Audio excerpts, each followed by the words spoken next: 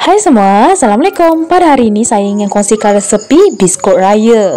Pertama sekali, saya ada 300 gram tepung ubi kayu. Saya nak sangat terlebih dahulu bersama dengan daun pandan. Daun pandan tu letaklah 2 helai ke macam tu. Lalu kita sangai sampai dia kering. Nak tahu dia dah kering ke tidak? Nampak tak? Tekstur dia dah lain kan? Nampak lebih licin. Dan juga anda boleh ambil daun pandan tu dan anda buat macam ni. Nampak tak? Dia macam crispy gitu. Maknanya dah okey lah. Lalu tepung tersebut kita akan ayak. Bagi mengeluarkan benda asing-asing ataupun mengelakkan ia daripada berketul.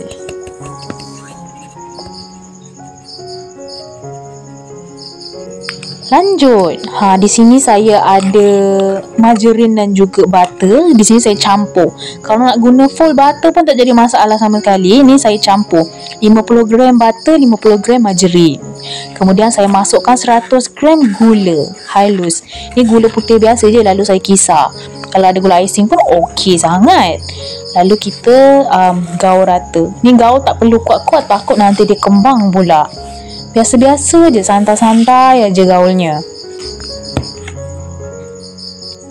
Di sini saya juga menggunakan 1 biji kuning telur. Bahagian putih kita tak ambil ya. Lalu kita gaul rata. Lalu saya juga tambahkan sedikit asin vanila bagi mengelakkan bau hanyir telur tu. Dan juga pewarna kuning bagi cantik. Kalau tak nak letak pewarna pun tak jadi masalah sama sekali. Sesuaikan dengan selera masing-masing. Kemudian saya juga masukkan 65 gram santan. Kita gunakan santan sikit. Kemudian kita gaul rata.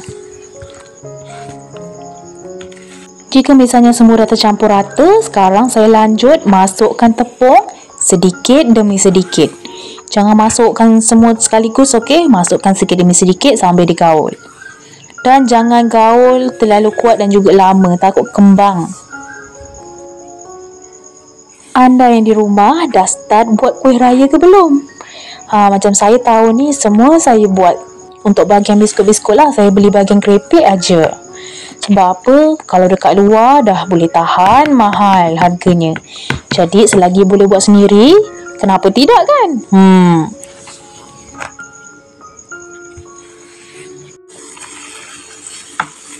Bayar ni saya akan uli guna tangan dan tak perlu kuat dan juga lama. Cukup sekadar ia tercampur rata. Nah, lebih kurang macam ni lah.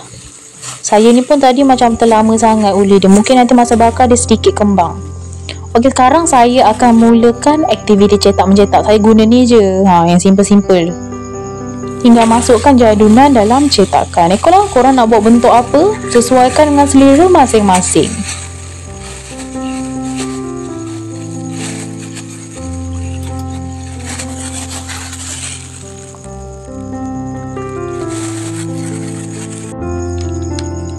Sekarang dah boleh bentukkan.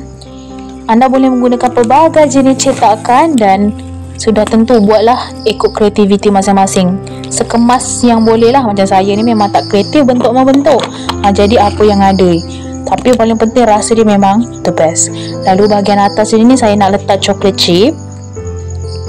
Ni pun sesuaikan dengan selera masing-masing. Anda nak letak apa, silakan. Macam saya letak chocolate chip je lah, mudah.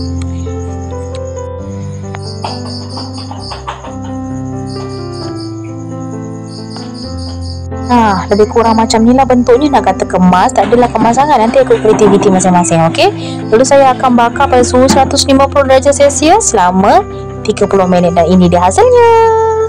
Semerbak bau dia masa saya bakar tadi. Tuh. Kokoh, tak mudah rapuh dan tidak keras sama sekali. Bagaimana menurut anda dengan resepi kita pada hari ini? Ini dia semprit tepung ubi. Jadi kalau anda suka, jangan lupa tekan like. Jangan lupa untuk subscribe saya for more video, sebab saya akan kongsikan lebih banyak lagi resepi biskut yang mudah membuatnya dan sedap rasanya. Ini saya dapat lebih kurang 50 pieces. Dengan saiz sebesar ni, kalau anda buat kecil-kecil, lagilah dapat banyak. Ini sebenarnya dia agak kembang sikit sebab tadi saya lama sangat ulinya. Tapi tak apa, nanti anda dah tahu kan cara buatnya macam mana. Dan selamat mencuba. Okeylah guys, sampai di sini je video kita pada hari ini. Jumpa lagi. Bye bye.